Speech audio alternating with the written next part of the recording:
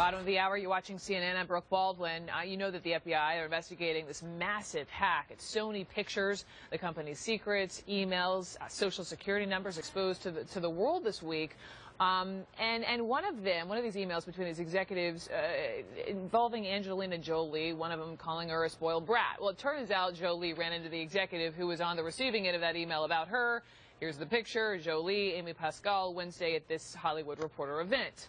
Okay, so that's the salacious part of the story. The crux of this here is that Sony is an example of the real threat to any major company here in the United States that this could happen.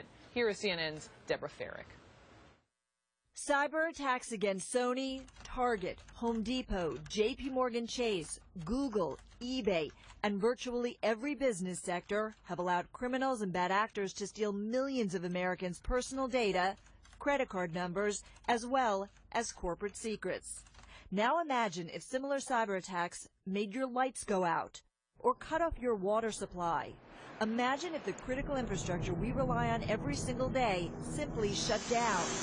The threat is not only very real, it's inevitable. It is only a matter of the when, not the if, that we are going to see something traumatic.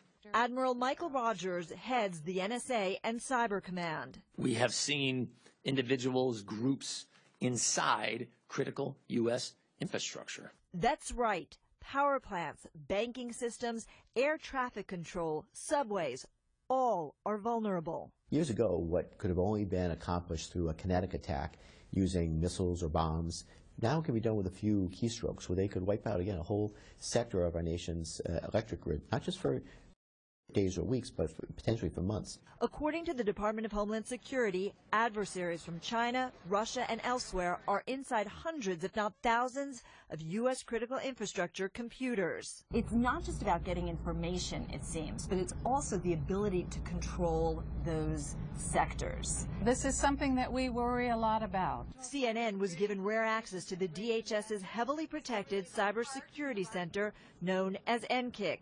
It's run by the DHS Undersecretary Suzanne Spalding, who oversees teams of federal investigators, analysts, and private infrastructure experts scrutinizing real-time cyber breaches. The thing that keeps me awake at night is knowing that there is the potential there for adversaries to get into those control systems, those systems that really run machinery, whether it's gates on dams or parts of the electric grid.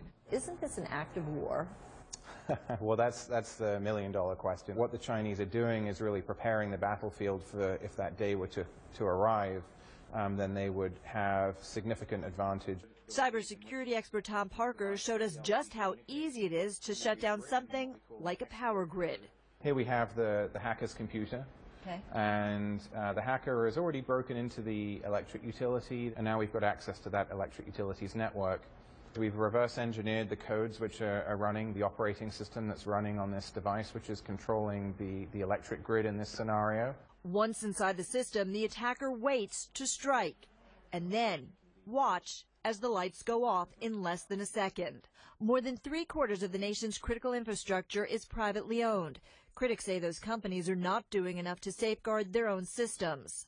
They don't want it coming out of their bottom line.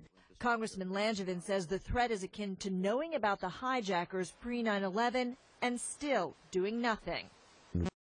That there's a glaring vulnerability, and we're not moving with all urgency to close it.